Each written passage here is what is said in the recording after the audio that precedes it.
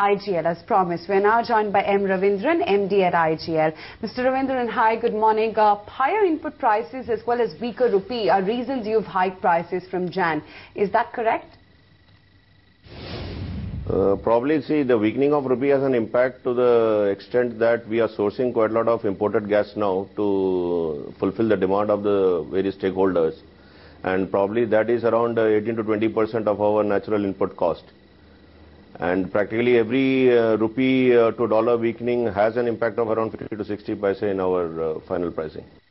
Morning, Mr. Ravindran. Has IGL exhausted its quota of the government-provided APM gas and is now dependent on imported gas to meet your total gas demand for retailing?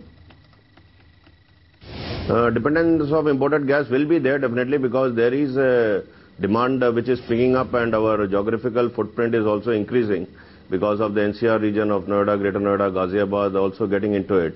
Till such time we were doing the business in Delhi, it was self-sufficient. But now since the demand is coming up and the mandate of the various governments that all the vehicles have to be driven on CNG, so definitely there will be an increase in the CNG demand, and that's good for the company, and definitely we should be able to retain this price pressures whatever we have and make a profitable venue of turn. Mr. Ravindran, in dollar terms, how much are you paying for each unit of spot degasified which you are buying over and above the government quota of APM gas which you currently get? No, so I think that's what I told you. We have around a total demand of around, for the CNG sector specifically, there is a demand of around 2.8 to 2.9 million already, out of which already 2.4 to 2.6 is what we are already doing it within our own quota which is available. And practically other part of it has to be through various long-term contracts and short-term contracts and spot LNG, which already constitutes around 20% of our entire foray. Mr. Ravindran, the fact that IGL has increased gas prices by about 4 times in the last 6 to 8 months, is that having an impact on your demand? Definitely no. The policies of the government are, of course, right now that diesel is totally a subsidized item. So definitely with this price increase, there is an impact on sales of diesel, which definitely sale of diesel cars and diesel vehicles are already picking up. That's there already in the media. But I don't think at our end there is any impact. We are already having a 15 to 18-20% growth on a CNG side. Mr. Ravindran, for FY 12 to 13, what kind of capex have you lined up mainly on expansion of your network?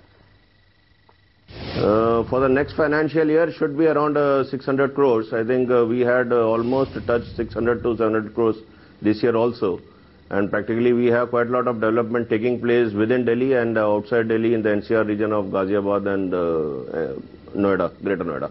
Can you give us a specific number that how many new gas stations will come in this financial year, and how many new stations IGL will add in the coming financial year?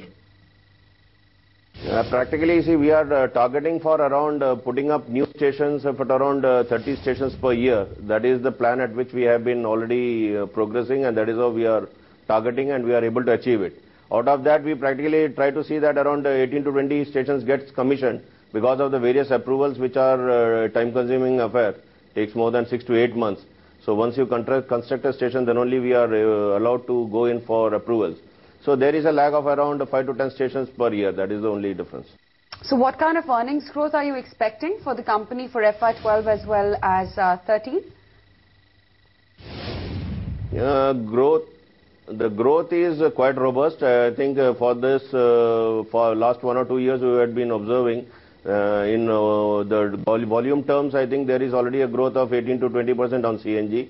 And in the PNG sector, that is the domestic as well as for the industrial commercial segment, which is the most profitable and most of the growth is in this sector, which is to the tune of 60 to 80%. And that ultimately ends up in our overall growth to around 25 to 26%.